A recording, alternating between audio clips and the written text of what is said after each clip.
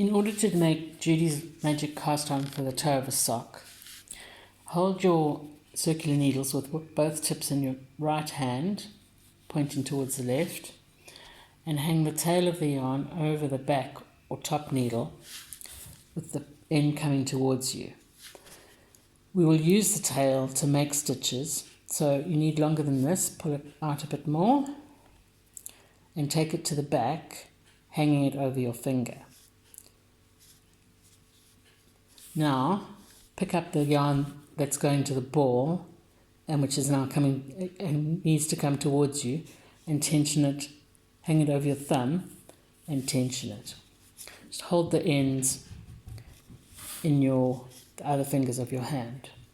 We've already made a stitch on the top needle by making the loop. Now we need to make a matching stitch on the bottom needle. The bottom needle makes stitches with the yarn at the top. In order to make the first stitch, swing your needles up, bring the yarn under, and take it down between the two needles. Now we have a stitch on each needle, and we need to make the next stitch on the top needle. The top needle makes stitches with the bottom yarn, so swing your needles down and bring the yarn up and over. The next stitch on the bottom, needles up, yarn under and down. Needles down, yarn up and over. Keep going in this manner until you have the number of stitches you've decided you need to start your toe. In our case, we're going to do 6 on each needle, and they must obviously be the same number, and you will always finish with a stitch on the bottom needle. Up and under and down, up and over, under and down, up and over. 1, 2, 3, 4, 5, 5, 6. You'll notice that doing this weird looping has actually created a row of stitches that will be on the inside of your sock. Now you need to start knitting, and the way you do that is you turn your needles clockwise so that they're now pointing in the correct direction for knitting. You need to decide which of the needles is going to be a working needle, and the way to know that is that the working needle always has the yarn attached to it.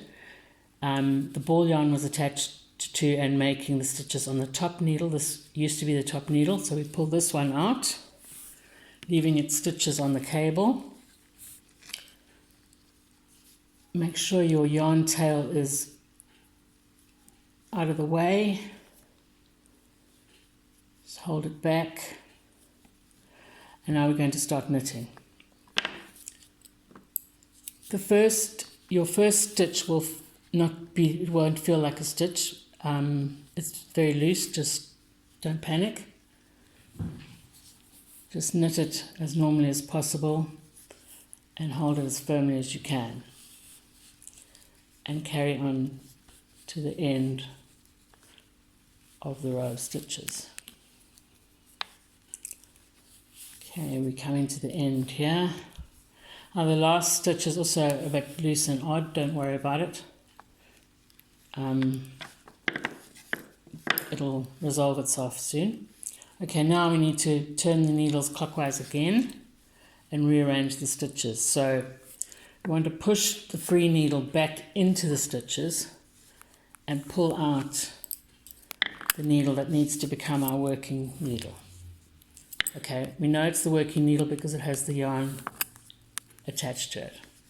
This first stitch can be very strange, and I think it's a good idea to knit into the back loop to twist it some more and tighten it up. And now we carry on.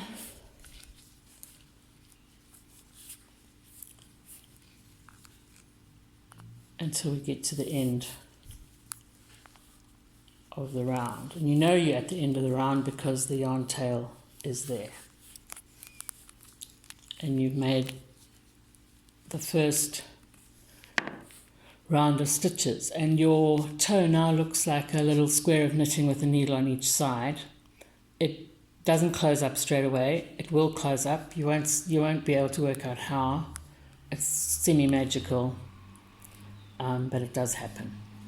So now we've cast on our toe using Judy's Magic Cast On, which was invented by a knitter called Judy Becker.